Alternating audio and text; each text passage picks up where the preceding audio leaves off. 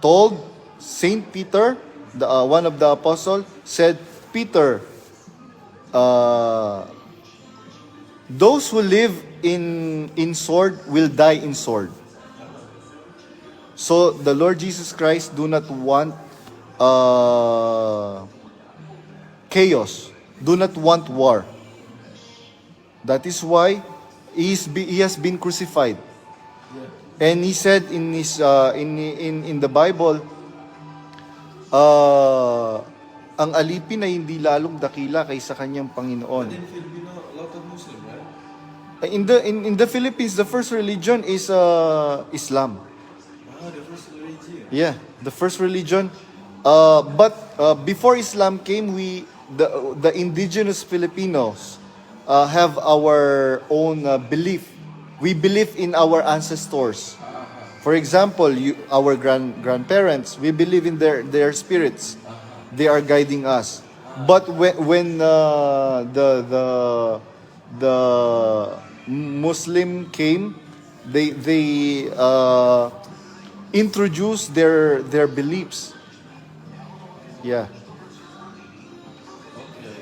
And then when the Spanish came in the Philippines, they introduced Christianity as well. So, who inspired you to become Christian? No. I am born Christian. My parents are Christian, but they are not member here in my religion, my previous religion. I used to be a Catholic. Yeah. The one who signed cross. Yeah, that is Catholic. In our religion, in my current religion, sa bagay, hindi naman ako umalis sa religion na sinampalatayan ako kay Brother Eli.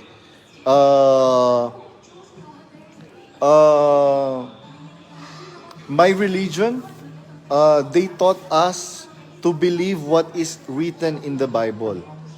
So it is said in the Bible, you should not make graven images. Just Bible, not 100% it's correct, right? But you think it's correct 100%? Our preacher told us, he's asking me if the Bible is 100% correct. Of course, it is not 100% correct anymore because so many years have passed. So those people who they maligned, just like in Quran, the Quran also is not 100% correct. Yeah. So he agreed that their book also is not 100% correct.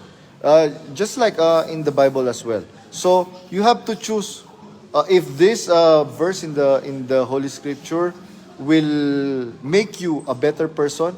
So follow it. That is why in my religion we love our enemy. We do not fight with our enemy. We do not block our enemy, because in the Bible, the Lord Jesus Christ said,